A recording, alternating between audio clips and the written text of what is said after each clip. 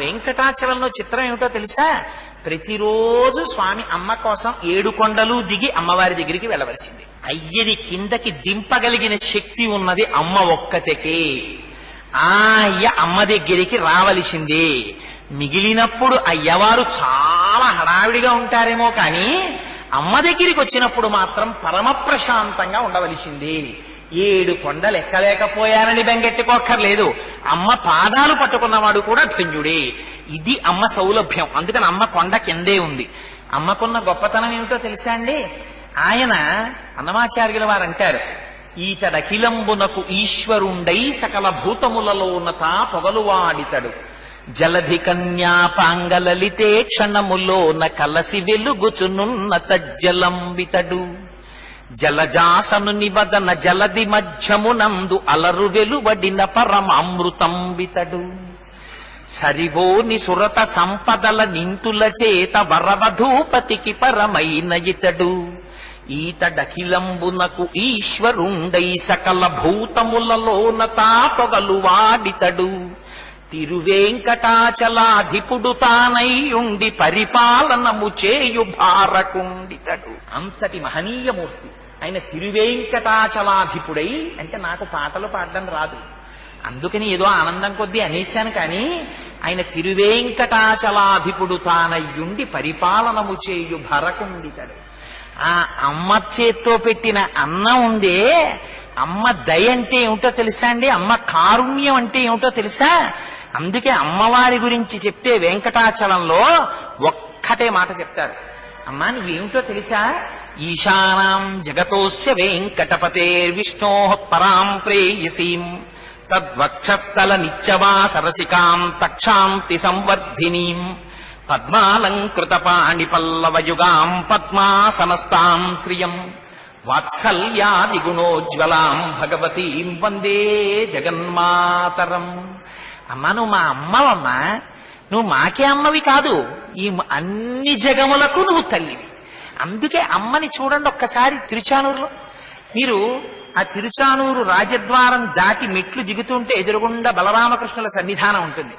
మీరు ఆ దర్శనం టికెట్ కొనుక్కుని కుడి చేతి పక్కకి వెళ్లి ఏ ప్రత్యేక ప్రవేశం అయితే అక్కడ ఉండేటటువంటి ద్వారంలోంచి లోపలికి వెళ్లి ఆ రాజద్వారం దాటుతుంటే పైన లక్ష్మీర్ దివ్యైర్ గజేంద్రైర్ మణిగడకచితై స్థాపితాహేమ కుంభై నిత్యం సా పద్మహస్తామవ వసతు గృహే సర్వమాంగళ్యయుక్తాం అన్నట్టు ఏనుగులు పద్మకింజల్కములతో కూడినటువంటి స్వర్ణ కుంభములను చేత్తో పట్టుకుని అభిషేకం చేస్తుంటాయి. అది దాటి రాజద్వారం దాటి లోపలికి వెళ్ళండి. పద్మాననే పద్మవూరు పద్మాక్షి పద్మ సంభవే త్వమాం భజస్వ పద్మాక్షీం ఏన సౌఖ్యం లభామ్యహం అని పద్మాసనం వేసుకుని పద్మంలో కూర్చుని 4 చేతులతో ఈ 2 చేతులతోటి అమ్మ ఆ అంకుశాన్ని పాశాన్ని పట్టుకుని తామర పువ్వుని పట్టుకుని ఈ కింద ఉండేటటువంటి 2 చేతులలో కుడి చేత్తో అభయహస్తాన్ని రెండో చేత్తో తన పాదములను చూపిస్తూ ఎర్రటి పట్టు చీర కిందకి వేలాడుతుంటే అమ్మ ఉత్సవమూర్తి అక్కడుంటే ఒంటి నిండా పుష్పమాలలు అలంకరింపబడి ఉంటే అమ్మకి నీరాజనం ఇస్తుంటే అరకుండ చేయించుకున్నటువంటి వైష్ణవుడు కూడి ఆ పుష్పాల దండలు తీసుకెళ్లి పేర్చడం అంటే వాళ్ళ తర్వాతే అలంకారం చేయడంలో ఎంత గొప్పగా చేసేస్తారో అలంకారాలు. మీరు ఇన్ని పూలదండలు పెట్టుకెళ్ళండి, అన్ని పూలదండలు కలిపిలా పెట్టి పేనేస్తారు. అక్కడ పేనేసి చక్కగా ఈ దండంతా తీసుకెళ్లి ఆ పైనుంచి కిందకి ఇలా అలంకారం చేస్తే చేతుల పక్క నుంచి వేసేస్తారు. మెడలో అయ్య కట్టినటువంటి మాంగళ్యంతో ప్రకటంగా కనపడేటట్టు కాళ్ల దగ్గర ఇంత కుంకుమ పూజ చేసుకుని ఇలా అభయహస్తం పట్టి నీకేం పర్వాలేదు నాన్న నేనున్నాను రా అని అమ్మ చెప్పినట్టు ఇలా అభయహస్తం పట్టుంటుంది అమ్మ. ఆ అమ్మని చూడగానే ఇలా 2 చేతులు కైమోడ్చి నమస్కరించేయవలసింది. భట్టర్లు అంటారు అందుకే అమ్మని ఇది ఎంత కారుణ్యం అమ్మా నువ్వు. ఏకన్యం చనతిక్షమం మమ పరంచ ఆకుంచ పాదాంబుజం మధ్యే విస్తర పుండరీకమభయం విన్యస్య హస్తాంబుజం త్వాం పశ్యేమ నిషేదుషీం ప్రతికలంకారుణ్య కులంకష స్ఫారాపాంగతరంగమంబ మధురం ముగ్ధం ముఖం బిభ్రతీం అమ్మా నువ్వు పద్మాసనం వేసుకుని కూర్చోవలసినటువంటి తల్లివా, అటువంటి దానివి నేను వచ్చానని అయ్యో తామరపూలు పట్టుకొచ్చాడు కొడుకు, నా కాలు కింద పెట్టకపోతే పాదం మీద పువ్వులు పెట్టడం కుదరలేదని బెంగ పెట్టుకుంటానని అమ్మా నా కోసమని ఒక కాలు కిందకి చాపి ఇంకా నేను అసలు నోరు విప్పి అడగక ముందే నువ్వు ఇలా అభయహస్తం పట్టేశావా? అమ్మ నాకు ఎక్కడ దొరుకుతారమ్మా నీలాంటి అమ్మ? ఎంత అదృష్టమమ్మా, నా అమ్మని చూసుకుని పరవశించిపోతారు భక్తులు. అటువంటి తల్లి ఆ తల్లి. ఆ అమ్మ కారుణ్యం మీకు బయటికి వచ్చేది ఎక్కడో తెలుసా అండి? అన్నమాచార్యుల వారిని నా దృష్టిలో ముందు ఆదుకున్నవాడు మా స్వామి కాడు, మా అమ్మ ఆదుకుంది. ఎందుకని? పొరపాటు జరిగితే దిద్ది అయ్యవారి హక్కును చేరుస్తుంది మా అమ్మ. ఆయన ఎంతమంది చేస్తాం ఆ దర్శనం? రైలు దిగితే గబగబా భీమాస్వేపు పరిగెత్తుకుపోతారు అలాంటి వాళ్ళు టిఫిన్ కోసం కాఫీ కోసం. అదే అన్నమాచార్యుల వారైతే ఆ కొండల్ని చూడగానే అదిగో అల్లదివో శ్రీహరివాసము 10,000 శేషుల పడగలమయము అని శేషుడిగా దర్శనం చేశారు.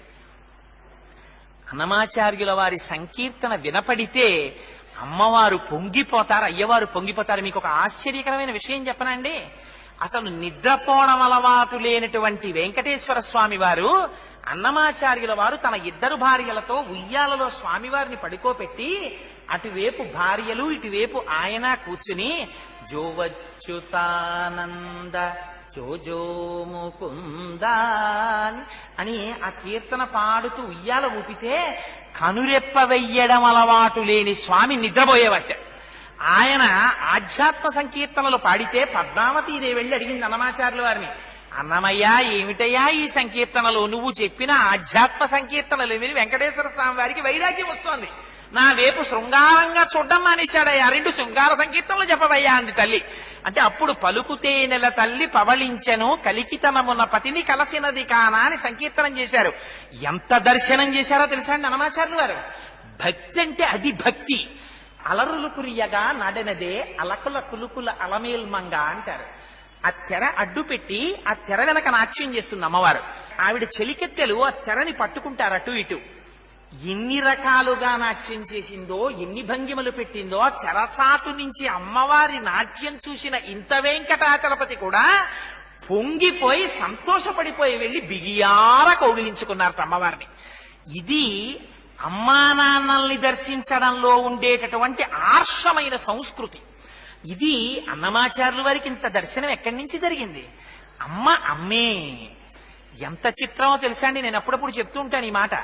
దాశరథి రంగాచార్యులు గారు ఎంత గట్టి కీర్తన రాసేశారంటే అమ్మవారి మీద, రామదాసు గారు వాడారు అలాగే. రామదాసు గారిని ఖైదులో పెడితే పలుకే బంగారమాయేరా అని, ఏమయ్యా స్వామి అసలు నాతో మాట్లాడవా, ఈ పలుకు బంగారం అయిపోయిందన్నారు.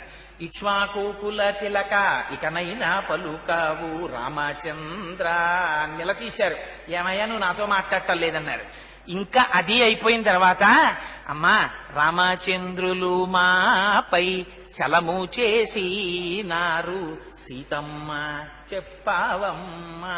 రాముడికి కోపం వచ్చిందమ్మా, అమ్మ చెప్పమ్మా నాన్నగారితోటి అని పాడుకున్నారు. ఇంకా రాముడు కరుణించకపోతే చికాకేసి ఈయనతో ఎలా సంసారం చేస్తున్నావు మనువు అని అడిగారు సీతమ్మని. అడిగి నన్ను బ్రోవామని చెప్పావే సీతమ్మ తల్లి అని అమ్మవారి మీద కీర్తన చెప్పారు. భక్తులందరూ అమ్మ పాదాలు పట్టుకుని అయ్య దగ్గరికి వెళ్ళిన వాళ్లే. దాశరథి రంగాచార్యులు గారు రాసినటువంటి పాట మాత్రం నిజంగా పాట చదివినప్పుడల్లా నా మనస్సు ఉర్రూతలుగిపోతుంది. నిజంగా ఎంత గడుసు పాట రాశారండి ఆయన. నిజంగా నడిరేయి ఏజాములో స్వామి నిలుచేర దిగివచ్చును, తిరుమల శిఖరాలు దిగివచ్చును. ఆయన రోజు అమ్మ 7 కొండలు దిగొస్తారు కదా నీ దగ్గరికి. వచ్చినప్పుడు అమ్మ నువ్వు ఒక్క ఉపకారం చెయ్యాలమ్మా. ఏమిటా ఉపకారం అంటే, నా గురించి ఒక్కసారి స్వామితో చెప్పాలి. ఎప్పుడు? ఆయన ఇంటికి రాగానే తలుపు తీసి ఏమండా కోటేశ్వరరావు తినేస్తున్నాడు అని చెప్పకే అమ్మా, ఆయన విసుక్కుంటాడు. అప్పుడే వచ్చాడు కదా, నువ్వు ఎప్పుడు చెప్పాలో తెలుసా? పతిదేవు ఒడిలోన మురిసేటి వేళ స్వామి చిరునవ్వు వెన్నెలలు కురిసేటి వేళ నువ్వు నీ తల అయ్యవారి ఒళ్ళో పెట్టుకుని పడుకుంటే నీ ముఖార విందం చూస్తూ వెంకటేశ్వర స్వామి వారు పరవశించిపోతూ సంతోషంగా చిరునవ్వులు నవ్వుతున్నప్పుడు ఆ చిరునవ్వులు అనేటటువంటి వెన్నెలలు నీ ముఖాన పడుతుంటే ఏమండి ఆ కోటేశ్వరరావు సంగతి ఏం చేశారండి అని అడగమ్మా అనాలట. అంటే అప్పుడు అంటే అమ్మవారు అంటుంది కదా, ఏమిరా నేను అప్పుడు అడగాల, ఏం నువ్వే అడగచ్చు కదా మీ నాన్నగారిని అంటుంది. అలా అంటే వెంటనే దాశరథి గారి సమాధానం చూడండి ఎంత విచిత్రమో. 7 శిఖరాలు నేనెక్కలేను, వెంకన్న పాదాలు దర్శించలేను, నా కష్టాలు వివరించి స్వామికి చెప్పుకోలేను. అందుకని అమ్మ నువ్వేం చెయ్యాలి, స్వామిని నిలదీసి అడగాలి. ఆ కోటేశ్వరరావుకి ఎందుకు చేయరు ఉపకారం? ఆ కొండ మీదకి రాలేదు, మీ దర్శనం చేయలేదు, 10 మాటలు వచ్చి మీ దగ్గరికి రాలేదనే. కలవారినే కాని కాపాడలేడా, కన్నీటి వ్యధలేవి పట్టించుకోడా, కన్నీటి బ్రతుకుల కనలేని నాడు స్వామి కరుణామయుండన్న బిరుదేలనమ్మా. ఈయన అడగట, అడగవే మాయమ్మ అనురాగవల్లి, అడగవే మాయమ్మ అలమేలుమంగా అని నడిరేయి ఏ జాములో స్వామి నిలుచేర దిగివచ్చును. ఎంత గడుసుతనమండి! అమ్మ వాత్సల్యం అటువంటిది, లొంగిపోతుంది అమ్మ. ఇది ఎంత రహస్యంగా చెప్పారో తెలుసా అండి అన్నమాచార్యులు వారు. అమ్మవారి మీద కీర్తన చేస్తూ ఇన్ని రాసులయునికి ఇంటి చెలువపు రాసి అని ఒక కీర్తన రాశారు.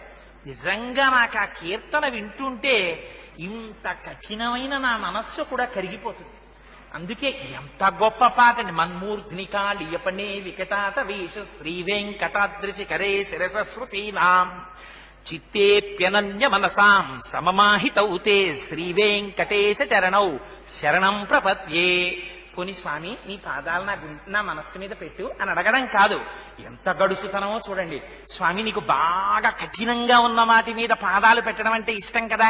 మన్మూర్ధ్నికాళియపనే, ఒకనాడు ఆ 100 పడగలున్నటువంటి కాళీయుడి యొక్క శిరస్సు మీదకి ఎక్కావు, తోక చేత్తో పట్టుకున్నావు. యమునా వీచి మృదంగ వద్యములు మనోజం తీర గోపౌ ఘర్ష మనోజ్ఞధ్వనితంబు గేయముగ జించత్కాళి తవ్యాళి రంగ మహాతరంగ తలంగునం పటుగతిన్ గంజాక్ష నిర్మర్దనాక్షము హుజ్జాత్తుత భీమమై పరగ దివ్య శ్రేణి చూచందివి వెస దామోదరు పాదగాదనకతుల్ వేవేల సందంబులన్ ప్రసభాటోపమచూపపాపన భృచ్చటామండలం వసహంబై పగిలెన్ మడుల్ చెదరగా నాశ్యంబులన్ శోణిదవ్వసకం దంష్టల్ నుగ్గుగాగా గ్రలవహ్నిజ్వాలికల్ వెల్వడం.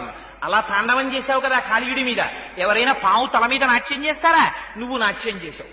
మన్మూర్తిని కాళీయపనే వికటాట వీషు శ్రీ వెంకటాద్రిశిఖరే శిరసశ్రుతీనాం. ముళ్లతో పొదలతో దుప్పులతో నిండి ఉన్నటువంటి వెంకటాచల శిఖరాల మీద నీ పాదాలు పెట్టావు. వెంకటాచల శిఖరము కన్నా కఠినమైనది, పావు తల కన్నా ప్రమాదమైంది.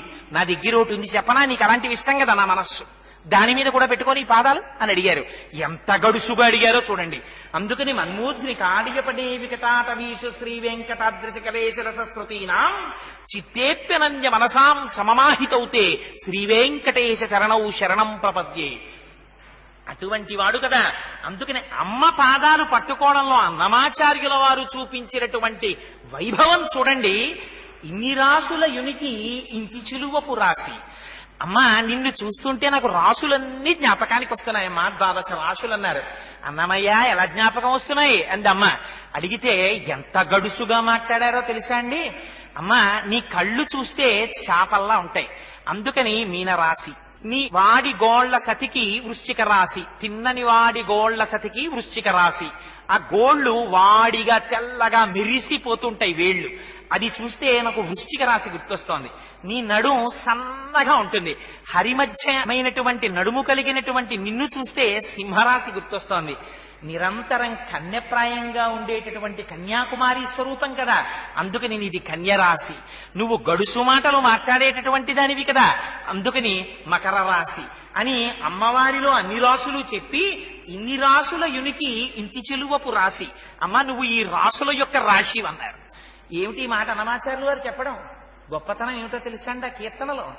ఆ కీర్తనకున్న వైభవం ఏమిటో తెలుసా అండి? ఇది విని అమ్మవారు కూడా పక్కున నవ్వాలి. ఎందుకని? ఎవరు పుట్టినా ఎప్పుడు పుట్టాలి? ఈ 12 రాశుల్లోనే పుట్టాలి. ఏమవుతుంది ఇందులో పుడితే? ఆ యొక్క గ్రహముల యొక్క ఆనుకూల్యత వ్యతిరేకత అనేటటువంటి రూపంతో కాలోహి బలవాన్ కర్త సతతం సుఖ దుఃఖయో నరాణాం పరతంత్రాణాం పుణ్యపాపానుయోగత. గతంలో చేసినటువంటి పుణ్యపాపములకు ఫలితములను ఇవ్వవలసినటువంటి పరమాత్మ గ్రహములను అడ్డుపెట్టి ఆయా రాసులలోకి జాతక చక్రం ప్రయాణించేటట్టుగా చేసి నిరంకుశంగా ఫలితాన్ని ఇస్తాడు. కానీ అమ్మా నీ పాదాలు పట్టుకుంటున్నాను, నీ రాసులన్నీ నీలో చూసి నమస్కారం చేస్తున్నాను. ఎందుకని? అమ్మ దగ్గర ఒక వాత్సల్యం ఉంది. తుల్యశీలావయో వృత్తాం తుల్యాభిజన లక్షణాం రాఘవోర్హతి వైదేహీం తం చేయమసి తేక్షణ. అమ్మ కన్ను నలుపు, అమ్మ కన్ను ఎరిపెక్కలు. అమ్మ పాదాలు పట్టుకుని అమ్మ రాసులన్నీ నీలో చూస్తున్నానమ్మా అన్నాడా? ఆ రాసుల వల్ల ఎటువంటి ఫలితము రావలసినటువంటి అవసరం ఉండనివ్వండి. అమ్మ దగ్గర ఒక గుణం ఉంది. పరాశర భట్టర్లు శ్రీగుణరత్న కోశంలో చెప్తారు, ఐశ్వర్యమక్షర గతిం పరమం పదం వా కస్మైచితంజలి భరం వహతే వితీర్య అస్మైన కించితుచితం కృతం జిత్యధాం వా త్వం లజ్జసే కదయకో యుగార భావ జ్ఞానక్రియా భజన సంపత కించనోహం ఇచ్ఛాధికార శకనానుశయా అనభిజ్ఞ అంగాసి దేవి యువయోరపి దుస్సహాని బధ్నామి మూర్ఖచరిత తవదుర్భరోస్మి యుక్త్యుక్తికైతవశతేన విడంబయామి తానంబ సత్యవచస పురుషాం పురాణాం యద్వానమే భుజబలం తవ పాద పద్మ లాభే త్వమేవ శరణం విదికృతాసి. శ్రీరంగే శరదశ్యతం సహస్రుద్గర్వేణ నిష్కంటకం నిర్దుఃఖం శశఖం చ దాస్య రసికాం భుక్త్యా సమృద్ధిం పరాం యుష్మత్పాద సరోరుహాంతర రజస్వామత్వం అంబాపిత సర్వం ధర్మమపి త్వమేవ భవనస్వీకురకస్మాత్ కృపాం అంటారు. అమ్మ నేనేం చెయ్యగలను? నీ దగ్గరికి వచ్చి ఒక్కనాడు ఇలా శిరస్సు వంచి కైమోడ్చి నమస్కరించానా? పొంగిపోతుందట అమ్మ. వాడొక్కనాడు నా దగ్గరికి వచ్చి నమస్కారం చేశాడు, దానికి ప్రతిఫలంగా నేను వాడికి ఏమి ఇచ్చాను? వాడికి ఇహలోకంలో ఉన్న నాళ్ళు ఆరోగ్యం ఇచ్చాను, ఐశ్వర్యం ఇచ్చాను, 3 తరాలు చూసుకునేటటువంటి అదృష్టం ఇచ్చాను. ఉర్వారుక బంధనాన్ మృత్యోర్ముక్షీయమామృతాత్ అన్నట్టుగాను దోస పండు ముచిక నుంచి విడిపోయినంత తేలికగా జీవుడు శరీరము నుంచి విడిపోయేటటువంటి తేలిక అనాయాస మరణం ఇచ్చాను. విడిపోయి వాడు పైకొస్తున్నప్పుడు స్వామి ఎదురు వెళ్లి చెయ్యిచ్చి సింహాసనం మీదకి ఎక్కించుకుని పక్కన కూర్చోపెట్టుకుంటే అమ్మవారు సిగ్గుపడి ఎర్రటి ముఖంతో పక్కకి తప్పుకుంటుంది. అయ్యవారు అడుగుతారు అమ్మవారిని, ఏ లక్ష్మి అలా పక్కకెళ్ళిపోయామే అంటారట. స్వామి ఏం చెప్పను, వాడు జీవించి ఉన్నప్పుడు ఒక నమస్కారం చేస్తే వాడికి ఐశ్వర్యం ఇచ్చాను, 3 తరాలు చూసుకునే అదృష్టం ఇచ్చాను, ఆరోగ్యం ఇచ్చాను, చిట్ట చివర అనాయాస మరణం ఇచ్చాను, మీ చెయ్యి పట్టించి ఎక్కించి విమానంలో మీ పక్కన సింహాసనం మీద కూర్చోబెట్టాను. ఇంతకన్నా నేనేమీ వాడికి చెయ్యలేకపోయానని సిగ్గుపడి తప్పుకున్నానంటుంది అమ్మ. అమ్మ అటువంటి అమ్మవమ్మ నువ్వు. ఆ అమ్మని నీ పాదాలు పట్టి నమస్కరించని నాడు నేనెందుకమ్మా అంటారు. సౌందర్యలహరిలో శంకరులు అంటారు, నఖైర్నాకస్త్రీణాం కరకమల సంకోచతిభి తరుణాం దివ్యానాం హసత యువతే చండి చరణౌ ఫలాని స్వస్యేభ్య కిసలయ కరాగ్రేణ దతత దరిద్రేభ్యో భద్రాం శ్రీయమనిశమాత్మాయ రతుతౌ అని. ఆ తల్లి నామం చెప్తే చాలు పొంగిపోతుంది. ఏం నామం చెప్పాలి? ఆవిడికి పేరు కూడా అక్కర్లా, శ్రీమాత అమ్మా అంటే చాలు పొంగిపోయి వచ్చి అక్కున చేర్చుకునేటటువంటి స్వరూపం ఉన్న తల్లి. అందుకని అమ్మ నీకేం తెలుసమ్మా? వాత్సల్యం తప్ప ఇంకోటి తెలియదు. వాత్సల్యము, వత్స అన్న పేరు ఆవుదూడకి వాడతారు. కోటీశ్వరుడు కానివ్వండి, లేక లేక లేక లేక లేక లేక ఒక కొడుకు పుట్టనివ్వండి, అమ్మ తనకి పుట్టినటువంటి కొడుకి ఒంటికి ఉన్నటువంటి మావిని తన నాలుకతో నాకదు ఏ తల్లి కూడా. కానీ ఒక్క ఆవు మాత్రం తన కడుపులోంచి బయటికొచ్చినటువంటి దూడ యొక్క శరీరమునకు అంటుకున్న మావిని తన నాలుకతో నాకి శుభ్రం చేస్తుంది. ఆ నాకడం కూడా మీరు చూడాలి. నిజంగా అసలు భూమి మీద పుట్టినటువంటి దూడకి నిలబడడం చేత కాదు, అది లిల్లిల పడిపోతుంటుంది. పడిపోతున్నటువంటి దాన్ని పట్టుకోవడానికి చేతులు లేవు ఆవుకి. అటువంటి దూడని ఆవు నాకుతుందండి. గమ్మత్తు నిజంగా. నాకేసిన నాలుక మరకల పడిపోతాయి దాని ఒంటి మీద, అలా నాకేస్తుంది. అంత తెల్లగా చేసేస్తుంది. ఆ దూడకి స్నానం చెయ్యాలని ఇంకెవరు అనుకోరు. వెళ్ళి గభాల దూడని పట్టుకుని సంతోషపడిపోతారు. దూడ ఒంటికి ఉన్నటువంటి మావిని తన నాలుకతో శుభ్రం చేసి అందంగా తీర్చిదిద్దినటువంటి ఆవులా పాప పంకిలమైనటువంటి మన మనస్సుని, మన ఇంద్రియాల్ని తన యొక్క అనుగ్రహ వీక్షణముల చేత శుభ్రపరచి పరమేశ్వరుడు కౌగిలించుకోవడానికి కావలసిన యోగ్యమైన వస్తువుగా తీర్చిదిద్దగలిగినటువంటి అనుగ్రహ స్వరూపిణివి నువ్వు. అందుకనమ్మా ఇన్ని రాసుల ఉనికి ఇంటి చెలువపు రాసి, ఇన్ని రాసులు నీలో చూస్తున్నానమ్మా. నీకు నమస్కారం చేసిన నాడు నాకు జాతకం గురించి, గ్రహాల గురించి భయమేమిటమ్మా? నా వెనకాతలు నువ్వున్నావు తల్లి. నమ్మితి నామనంబున సనాతనులైన ఉమామహేషులను మిమ్ము పురాణ దంపతుల మేలు భజింతు కదమ్మ మీటి పెద్దమ్మ దయాంబురాశివి కదమ్మ హరిన్ పతిచేయుమమ్మ నిన్ను నమ్మిన వారికి అన్నటికీ నాశము లేదు కదమ్మా ఈశ్వరి అంటుంది రుక్మిణీదేవి దశమస్కంధంలో. అందుకని ఆ అమ్మని నమ్ముకున్న వాడికి లోటేమిటి? ఇదిగో అటువంటి తల్లి అక్కడ పద్మ సరోవరంలో వెలిసింది. కనుక ఆ అమ్మ పాదములు పట్టి నమస్కరించాడా, వాడి వైభోగమే వైభోగం. సుందరకాండలో త్రిజట చెప్తుంది, అయ్య దగ్గరికి వెడితే అయ్యా నేను నీవాడనయ్యా అని చెప్పుకోవాలి. ఎందుకని సుహృదేవ ప్రపన్నాయ తమాస్మీతి చయాచతే అభయం సర్వభూతేభ్యో దదామ్యేతద్వ్రతం మమ, అదైన ప్రతిజ్ఞ. ఎవడు నేను నీవాడనంటారో వాడిని మాత్రమే ఆయన పట్టుకుంటాడు. అమ్మ దగ్గరికి వెడితే ప్రణిపాత ప్రసన్నాహి మైథిలీ జనకాత్మజ అలమేషా పరిత్రాతుం రాక్షసో మహతో భయాత్. అమ్మ దగ్గరికి వెడితే నోరు విప్పి మాట్లాడని కూడా మాట్లాడక్కర్లా, భూమి మీద పడిపోతే చాలట అమ్మ రక్షించేస్తుంది. అంతటి దయాస్వరూపిణివి కదమ్మా నువ్వు అంటారు. అందుకనటువంటి వాత్సల్య స్వరూపిణి అయినటువంటి అమ్మ పద్మావతీదేవిగా వెలిసింది తిరుచానూరులో. అక్కడే సూర్యనారాయణమూర్తి ఉన్నారు. చాలా మంది తెలియక అక్కడ సూర్యనారాయణమూర్తి ఉన్నారని కూడా తెలుసుకోక దర్శనం చెయ్యరు. నేను ఎందుకు ఈ మాట అంటున్నానంటే, తిరుచానూరులో సూర్యనారాయణమూర్తి దర్శనం చేశారా అని నేను చాలా మందిని తిరుమల వెళ్ళిన వాళ్ళని అడిగితే సూర్యనారాయణమూర్తి ఎక్కడ ఉన్నారండి అని అడుగుతుంటారు. కానీ ఉన్నారు స్వామి. ఆ సూర్యనారాయణుడు ఆరోగ్యం భాస్కరాదిచ్చేత్. వెళ్ళి సూర్యనారాయణుడికి ప్రదక్షిణం చేసి ఒక్క నమస్కారం చేశారా ఆయన పొంగిపోయి ఆరోగ్యం ఇస్తాడు, సమస్త సంపదలనిస్తాడు. అటువంటి భాస్కరుడు, అటువంటి సూర్యనారాయణమూర్తి తిరుచానూరులో పద్మావతీ సరోవరానికి ఎదురుగుండా వెలిచి ఉన్నారు. మీరు ఇంకా చూడగలిగితే సూర్యనారాయణమూర్తి గుడి పక్కనే శిథిలమవుతున్నట్టుగా కనపడేటటువంటి ఒక చిన్న గుడి ఒకటి కనపడుతుంది. మీరు లోపలికి వెళ్ళి చూడండి. అక్కడ ఉన్న ఒక వృద్ధ అర్చక స్వామి ఎంత వాత్సల్యంతో ఉంటారో మహానుభావుడు. లోపల శుకబ్రహ్మ ఉంటారు, అక్కడ సిద్ధి గణపతి ఉంటారు. మీకు ఎక్కడ గణపతి లేచి నిలబడి ఉండరు. ఆ గుళ్ళో స్వామి గణపతి లేచి నిలబడతారు. ఆ గుడంతా గంటలు కట్టేసి ఉంటాయి. ఎవరికైనా కోరికలు తీరకపోతే అక్కడ గంట కడతారు. ఆ గంట ఫలించింది. పైగా ఆ గుళ్ళో సిద్ధి గణపతి దర్శనం చేస్తే వంశం వృద్ధవడాన్ని చూసేటటువంటి అదృష్టాన్ని ఇస్తాడు. మొన్న చూశారు మా గోపి గారు మనవడబట్టబోతున్నాడు. అందుకని అదిగో వంశం ఇస్తారు. వంశం ఇవ్వగలిగినటువంటి సిద్ధి గణపతి ఉన్నాడు. అక్కడే శుకబ్రహ్మ ఉన్నారు, పద్మావతి శ్రీనివాసులు ఉన్నారు. ఇంకా చిత్రం ఏమిటో తెలుసా అండి, పిల్లలు పుట్టలేదు పుట్టలేదు పుట్టలేదని పరితపించిపోయే వారికి సంతానకారకుడైన సంతానకృష్ణుడు ఉన్నాడు. ఆయన్ని చిన్న ఉయ్యాల్లో పడుకోబెట్టి వటపత్రశాయిలా నోట్లో వేలు పెట్టుకున్నట్టుగా ఉంటాడు. మన చేతిలో పెడతారు. బాలమ్ము కుందం మన సాస్మరామి అని పాట పాడుతూ మన ఉయ్యాల ఊగేటట్టుగా చేస్తారు మన చేతుల్లో పెట్టి భార్యాభర్తలకి. అందుకని అంత పరమ పవిత్రమైన దేవాలయం ఉంది. అక్కడ కూర్చుని శుకబ్రహ్మ తపస్సు చేశారు. తపస్సు చేస్తే శ్రీనివాసుడు ప్రత్యక్షమయ్యాడు. శుకబ్రహ్మకు వచ్చినటువంటి గొప్ప వరం ఏమిటో తెలుసా అండి, పద్మావతి శ్రీనివాసుల పరిణయానికి పరిణయ శుభలేఖని రచించినటువంటి వారు శుకబ్రహ్మి. ఆయనే రాశారు శుభలేఖ. అదెంత అదృష్టం అండి, పద్మావతి శ్రీనివాసుల పరిణయానికి శుభలేఖ రాయడం అంటే ఎంత అదృష్టం. స్వామి ఊరిరిగింపుగా పల్లకి వస్తోంది అనుకోండి, బోయిలు ఉంటారు పట్టుకోవడానికి. మనం వెళ్ళి బతిమాలతాం, అయ్యా ఒక్కసారి నేను ఆ కోడు పట్టుకుంటానండి, నన్ను ఒక్కసారి అనుమతించండి అని అడిగితే మరి ఒక్కసారి ఆ దాపు పెట్టుకునే కర్ర ఒకటి ఉంటుంది, ఆ కర్ర తీసి జాగ్రత్తగా పట్టుకోండి, నువ్వు చూస్తే చాలా పొడుగ్గా ఉన్నావు, పొడుగ్గా ఉన్నవాడికి పల్లకి కొమ్మి ఇవ్వరు, అదో దురదృష్టం. ఎందుకంటే పొడుగ్గా ఉన్నవాడికి ఇచ్చారనుకోండి బరువు అంతా వీడి చేతి మీద వీడి భుజం మీదకి వస్తుంది, వీడు అంతసేపు వహించలేడు. పైగా ఆ ముందున్నవాడికి పక్కనున్నవాడికి కొమ్ము తేలిపోతుంది ఒకవేళ పొట్టివాడు ఉంటే.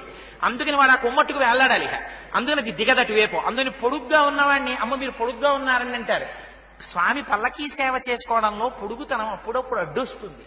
అనుభవంతో చెప్తున్నవాడిని స్వానుభవమున్న చెప్పు చవటలారా అని. అప్పుడు మనం చెప్పుకోవాలి, అయ్యా నేను ఉంగి పట్టుకుంటాను ఒక్క క్షణమని. మన దగ్గర వెంటనే రెమెడీ కూడా ఉంటుందండో, అలా వదిలేసుకుంటాను అనుకోకండి. అందుకని ఇలా వంగి పట్టుకుని 4 అడుగులు వేస్తాం. అందుకని అదిగో అలా పల్లకీ కనబడితేనే పరిగెడతామని ఇంకా పద్మావతి శ్రీనివాసులకి పరిణయ శుభలేఖ రాయడం అంటే ఎంత అదృష్టం. అది శుకబ్రహ్మకి దక్కింది ఆ క్షేత్రంలో.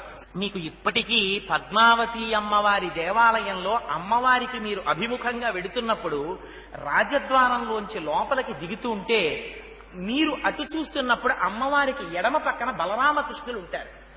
ఈ బలరామకృష్ణుల్ని ప్రతిష్ఠ చేసిన వారు ఎవరో తెలుసా అండి, శుకబ్రహ్మ ప్రతిష్ఠ చేశారు.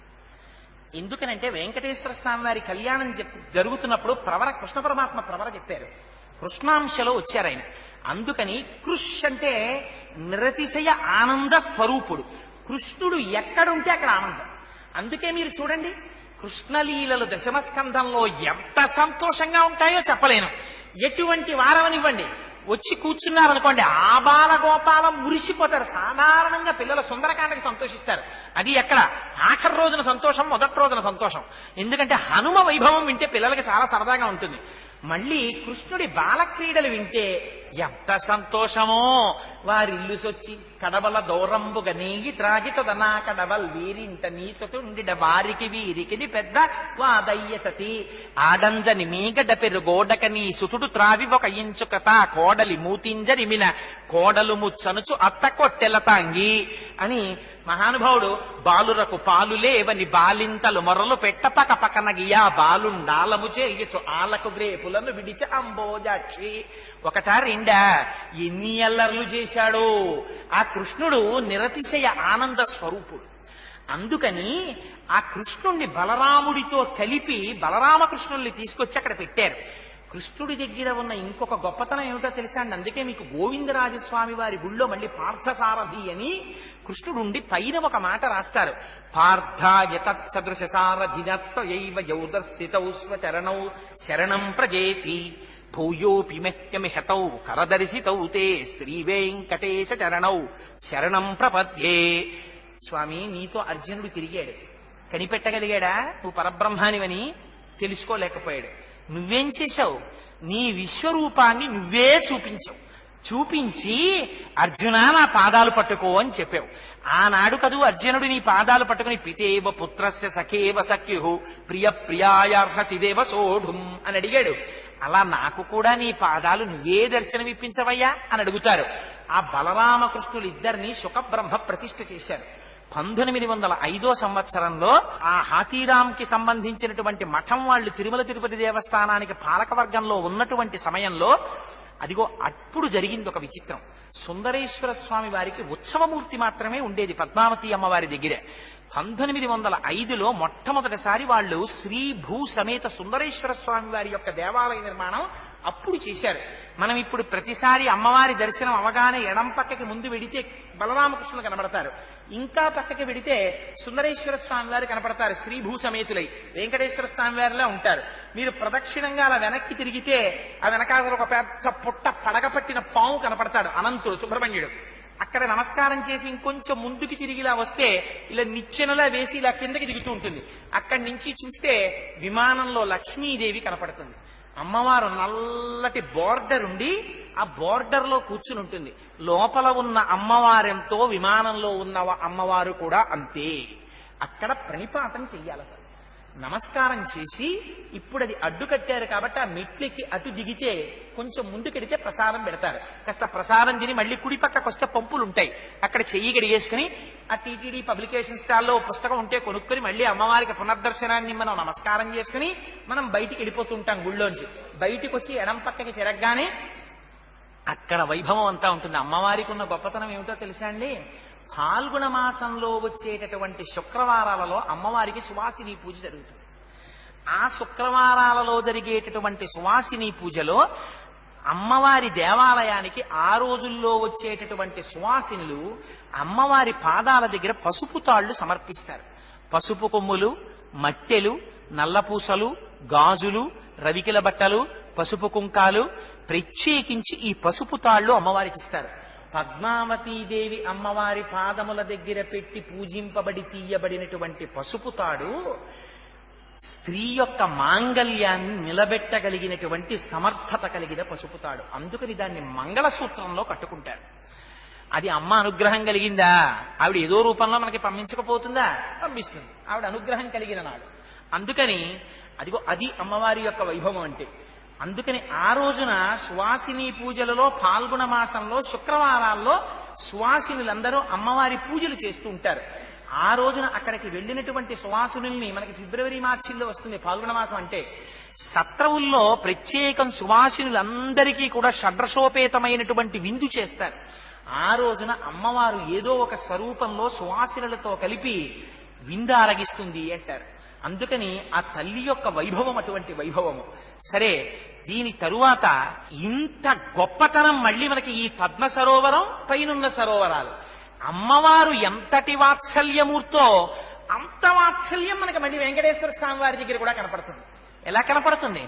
అయ్యవారి వాత్సల్యం గురించి చెప్పాలంటే నేను చెప్పగలిగిన ఉదాహరణ అనంతాచార్యుల వారి గురించి చెప్పాలి. అనంతాచార్యుల వారిని పూర్వం కర్ణాటక దేశంలో పుట్టినటువంటి ఒక సద్బ్రాహ్మణుడు భగవద్ రామానుజాచార్యుల వారి శిష్యరికం చేస్తూ శ్రీరంగంలో ఉండేవారు. ఒకనాడు శ్రీరంగంలో ఆయన అనుగ్రహ భాషణం చేస్తూ రామానుజులు అన్నారు, తిరుమల కొండ మీద విశేషమైన చలి, ఎముకలు కురికేస్తూ ఉంటుంది. నేను ప్రార్థనా శ్లోకం చెప్తుంటానే, హైమోద్భపుండ్రమ జహన్మకుటం సునాసం, ఆ శ్లోకం అనంతాచార్యులు వారు రాసింది. ఆయన రామానుజాచార్యులు వారు అనుగ్రహ భాషణం చేస్తూ చేస్తూ ఒక మాట అడిగారు. శ్రీనివాసుడు అలంకార ప్రియుడు, ఆయనకి నిత్య పుష్ప కైంకర్యం జరగాలి, తులసి కైంకర్యం జరగాలి, కానీ 7 కొండల మీద ఉండేటటువంటి దోమల